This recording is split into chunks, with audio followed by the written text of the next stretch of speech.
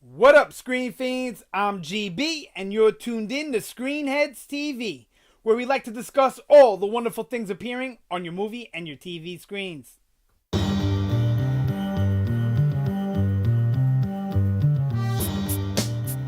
Alright, so this is going to be another Star Wars episode, and in this one, I'm going to share my thoughts on what I think a good Obi Wan Kenobi standalone movie would be. Now, I know eventually, they'll probably be coming out with a standalone Obi-Wan movie, but we don't know, and we have no idea what the plot would be if it does. So I figured, why not throw my hat in the ring, so to speak, on the speculation on what it could be. So, all right. So to start off, it's got to have a different tone, right? It's got to be Star Wars, but it's got to have like a different kind of feeling, just like from the episodic movies. So just like Rogue One felt like a war story. It was Star Wars, but it was a war story. And I think they're going to go that direction with Han Solo, and I think it's going to be like a crime chase kind of movie with a lot of, spaceship chases and all that. So I think that's, where they're going with the standalones, to make them stand out and feel different, which is a perfectly great idea. Now, so I think a good way to set the Obi-Wan movie apart is that instead of having it be this big galactic journey, it's a smaller story that takes place on one planet, Tatooine. Now, we can have some outer space stuff via a few cameos from Darth Vader. I'll get to that later. I know you're already up in arms, getting ready to click off the video, but hang out. Listen to my theory first, okay? All right, so a smaller story taking place on Tatooine, and I would call it a samurai western. Similar, now I'm not saying in violence or in the revenge plot, but similar to Kill Bill or a lot of the older samurai movies that are lone samurais, right? Similar to those types of films, where it's really a smaller story about Obi-Wan and his struggle with being a Jedi after what happened. So, if you look at the Jedi, they're kind of already modeled off of samurai, in their beliefs and the way they handle themselves and whatnot, even their weapons. Even like their haircuts and stuff in some respect.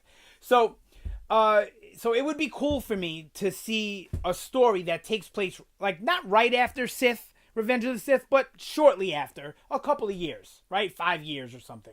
And you have Obi-Wan living a life of seclusion on Tatooine, watching out for a young Luke, right? You don't have Luke be a main character. You have him in it, maybe a couple of scenes, but for the most part, in the distance. He's watching him from a distance, I believe, right? So you have that, and then him dealing with the struggle of he devoted his life to this belief system, the Jedi Order, and this way of life and a way of doing things, right? And gave his whole life to it. And he basically caused the destruction of it, first off, in working with Qui-Gon to bring Anakin to become a Jedi. Even though it was Qui-Gon's doing, Obi-Wan played a big part in it, right? So he played a part in the demise of the Jedi Order. But also, he helped create one of the biggest villains the galaxy has ever known. And one of the biggest killers the galaxy has ever known. Like, that's on him for not killing Anakin or arresting Anakin, but by leaving him in that state on that planet, he basically allowed for the creation of Darth Vader. So we follow Obi-Wan feeling this guilt, this tremendous guilt, but also this regret that what if I didn't join the Jedi Order? What if I just lived a normal life? I wouldn't be in this predicament. Maybe the galaxy wouldn't be in this predicament of having Darth Vader, exist. So we have Obi-Wan, a broken man, where we never seen Obi-Wan. We've always seen him composed and strong and, a focused individual. But now we follow him broken and lost and not knowing whether he should even devote his time to protecting Luke. that maybe he should just run away off like Yoda and away, distance himself from all of this. But all right, so that's where we have Obi-Wan's state of mind going in, right? And then we have those, like I said, we have Vader. Now, not a big character, small, like Rogue One, very small, limited, okay? But then you have Vader, scenes of him out in space or whatever, seeking out the remaining Jedi, and maybe he gets a sense of Obi-Wan on Tatooine. Right now we have it so that Obi-Wan maybe has learned a power in the last couple of years since Sith, that he can cloak himself the way kind of that Palpatine could cloak himself from the Jedi, knowing that he was a Sith. So, right, you have Obi-Wan learned this in the time off screen that we don't see, right? We'll have it alluded to. Maybe he's speaking to Qui-Gon's Force Ghost. That's beautiful. He's speaking to Qui-Gon's Force Ghost about the new stuff that Qui-Gon had taught him, whatever, and about his feelings about being broken. And then you have, that quick cameo of Liam Neeson, which would be awesome in the very beginning of the movie. That kind of sets us up, right? And then so then we know that he's been cloaking himself, and that's why Vader hasn't been able to find him. But then, because now he's getting these feelings, he's broken, right? Because these feelings are getting stronger. He's starting to lose control of his emotions and his feelings. So his cloak gets broken, and maybe Vader gets a sense of force on the planet. So he sends a large force of stormtroopers to the planet. Maybe he has a secret apprentice. I doubt they're going to go that route. But if they want to start to utilize Vader down the road in more spin-off movies, a Secret Apprentice storyline is perfect, because Vader doesn't need to be the main focus of the movies. The apprentice can be, and Vader can kind of play that Emperor role in the background or through holograms. So that's perfect.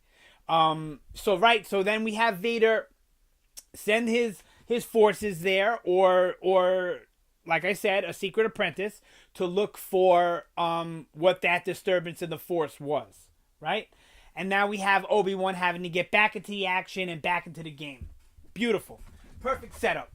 Now, I also feel that there should be because, that's not enough story to fill up an entire film. So now we have this side story of maybe Obi-Wan has to retrieve a droid that Obi-Wan sent. That Yoda sent Obi-Wan with some sort of message on it. Or he needs some sort of hacker or something like that. He needs something, right? So he has to journey to Mos Eisley. So we go to Mos Eisley, nice callback, see maybe some familiar faces from A New Hope, some familiar places maybe. I think we should get maybe even some Jabba or some Hutt involvement. That would be awesome. And you have Obi-Wan get involved with the criminal element on Tatooine, because Tatooine is ripe with that type of element, like the no good, dirty, grungy looking types, right? So we have, not only do we have a callback from Tatooine and a callback from Mos Eisley and a callback from these characters, but just from that feeling of that dirty criminal element that we get from the beginning of A New Hope, which was always my favorite part of A New Hope, was the stuff that was on Tatooine. So a whole movie of that would be amazing to me. With Ewan McGregor back as Obi-Wan, what? I'm excited. So, in dealing with this criminal element, Obi-Wan senses some force, something in the Force.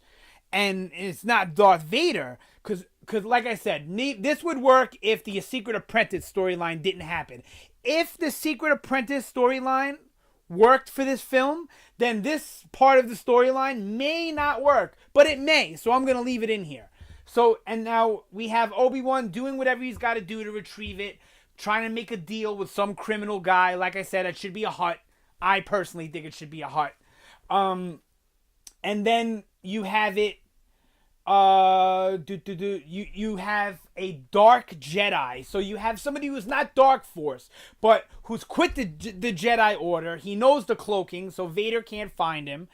and or maybe that's why Vader finds the planet, because this guy doesn't have the cloaking, and he comes to Tatooine, which kind of draws some heat on Obi-Wan. I like that idea too, but I also like the broken man, so he can't cloak himself idea. So I like them both. So either one would work.